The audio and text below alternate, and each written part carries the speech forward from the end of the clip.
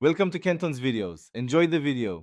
You need admin rights. Once signed in, open Settings and go directly to Update and Security. You're doing this to stop automatic restarts and bandwidth use, not to disable security forever. First, pause updates for a short window by selecting Pause for 7 days, repeatedly up to 35 days. Then open Advanced Options to control active hours and update notifications.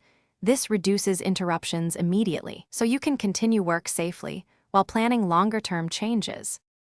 Once done with pause and active hours, open Services. MSC and Locate Windows Update. Set its startup type to manual to prevent automatic launch, or disabled if you accept manual updates only. If you're on Pro or Enterprise, use gpedit. MSC to enable policies that prevent automatic update installation. This gives finer control versus blanket disabling. Make your primary Wi-Fi a metered connection to limit background downloads. These steps together stop updates from sneaking in while preserving your ability to update on demand. Finally, reboot if prompted and then verify Windows Update shows paused or disabled. Make sure active hours match your work schedule.